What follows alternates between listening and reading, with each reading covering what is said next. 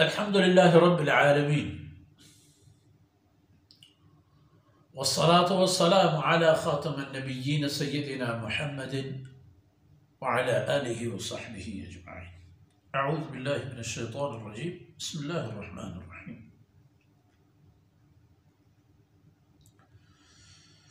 سبح لله ما في السماوات والأرض وهو العزيز الحكيم.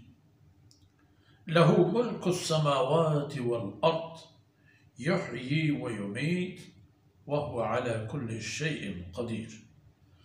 هو الأول والآخر والظاهر والباطن وهو بكل شيء عليم.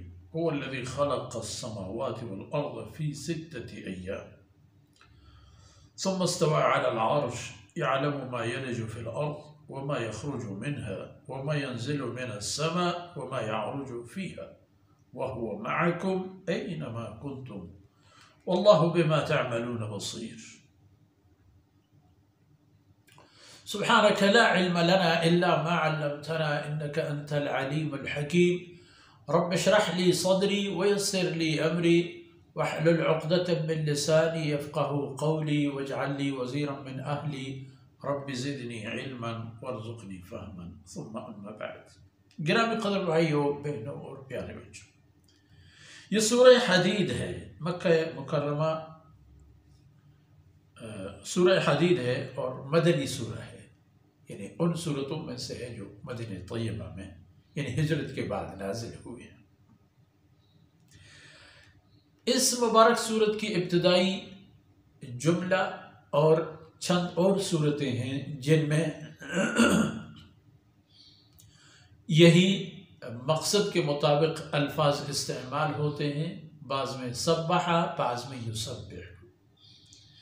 دراصل سبح یا تسبیح کا معنی جو شریعت میں معتبر ہے وہ یہ ہے کہ اللہ رب العزت کی ذات کو ہر عیب اور ہر قصر اور کوتاہی سے مبرہ قرار دینا، یہ ہے تسبیح. اب فرمایا اللہ کی تسبیح بیان کی، اور جن آیتوں میں فرماتے ہیں اللہ کی تسبیح اور پاکیزگی بیان کریں گے، اس کا معنی یہ ہے کہ اللہ کی تسبیح اور بے عیبی کا اقرار اور اس کا تذکرہ مخلوقات کے لیے اول سے لے کر آخر تک ایک عمل ہے کہ جس میں انہیں منہمک ہونا چاہیے. ہمیشہ اللہ رب العزت کے ذکر خیر کر لیا کریں، اس کی تسبیح و تحلیل بیان کرتے ہوئے. تو جاننا چاہیے کہ سبح للہ، اللہ کی پاکیزگی، بے عیبی اور کمال قدرت کا اقرار کیا ہے. ما فی السماوات والارض، ہر اس چیز نے جو آسمانوں میں ہے یا زمینوں میں ہے، ہر حالت میں انہوں نے اللہ کی پاکیزگی بیان کی ہے اول سے لے کر آخر تک. وَهُوَ الْعَزِيزُ الْحَكِيمُ، اللہ کی ذات غالب ہے جو کبھی مغلوب نہیں ہوتا، غالب ہے کہ کبھی مغلوب نہیں ہوا ہے، اور غالب ہے کہ کبھی اس پر کوئی غلبہ حاصل نہیں کر سکے گا. اور حکیم، حکمت کے ساتھ فیصلہ کرنے والا، اپنی شان کے مطابق اور خلق خدا کی مفاد کے مطابق فیصلے فرماتا ہے. تو یہ سب کچھ اس کی تسبیح و تحلیل کرتے ہیں. اور نہ کریں کیوں نہیں کرتے؟ نہ کرنے کا کوئی بہانہ ہے کسی کے پاس؟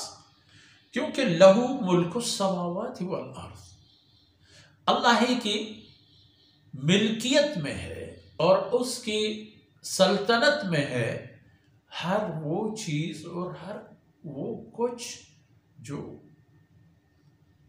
آسمان اور زمینوں میں ہے، سب اس کی ملکیت ہے.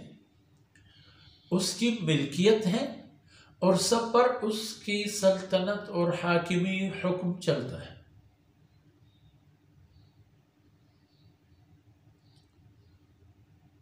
اور اس کی شان قدرت کا ایک منظر یہ بھی ہے کہ یحیی، زندگی عنایت فرماتا ہے، زندگی اس کے حکم سے آتی ہے۔ کائنات اور مخلوق کو زندہ رہنے کے لیے اس کے حکم اور اس کی اجازت چاہیے، اس کی مشیت چاہیے۔ وَيُمِيتُ، اور وہ ذات ہے کہ ہر زندہ جان کو، چاہے وہ انسان ہے کوئی اور مخلوق ہے، اس کو موت بھی دے دیتا ہے۔ زندگی دینے والا بھی وہی اور موت دینے والا بھی وہی۔ وَهُوَ عَلَى كُلِّ شَيْءٍ قَدِيرٌ، اور اللہ کی ذات ہے جو ہر چیز پر قدرت رکھنے والی ذات ہے۔ کیا کام ہے جو اللہ سے نہیں ہو سکتا؟ اور کیا کیا کائنات بنا رکھا ہے، اور ان کو پالنا، ان کو پوسنا، ان کی ضروریات فراہم کرنا، ان کی مدیریت، مینجمنٹ، سب اس کے لیے ہے، اور وہ ہر چیز پر قادر ہے۔ هو الأول والآخر والظاہر والباطن،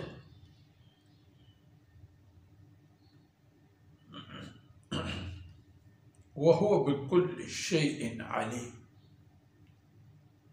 هو الأول، اللہ کی ذات ہے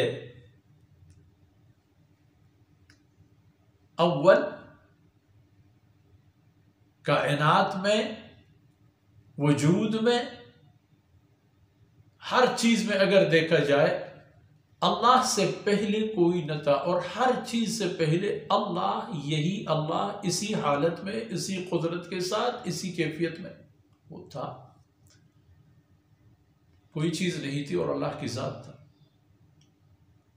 والآخر، اور اسی طرح اللہ کی ذات ہی ہے کہ کچھ بھی نہیں ہوگا کسی موقع پر مگر اللہ ہوگا، اور یہی اللہ اسی اختیارات اور صفت اور کمالات کے ساتھ۔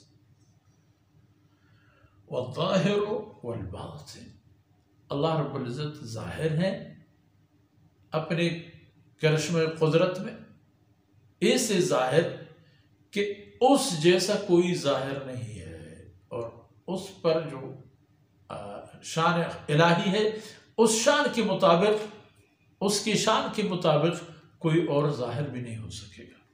والباطن، اور اللہ کی ذات نظروں سے اوجل، اتنا اوجل کہ لا تدرک الابصار وهو يدرك الابصار وهو اللطیف الخبیر۔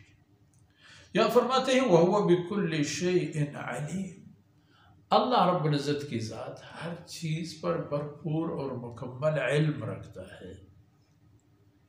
تمام چیزوں کے علم اس کے پاس ہے، تمام چیزوں کی قد اور قدر، اندازہ، وہ بھی اللہ رب العزت کے پاس ہے، اور اللہ رب العزت کی ذات سے کوئی باہر نہیں جا سکتا، اس کی مرضی اور اجازت کے بغیر کوئی کچھ نہیں ہو سکتا۔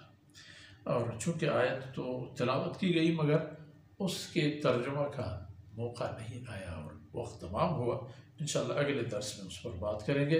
اللہ رب العزت کوتاہیوں سے درگزر فرمائے، اور جو کچھ عرض کیا گیا میرے اور آپ کی دین و دنیا کی خیر و فلاح کے سبب بن جائے۔ وصلی اللہ علی نبینا محمد وعلی آلہ وصحبہ اجمعین۔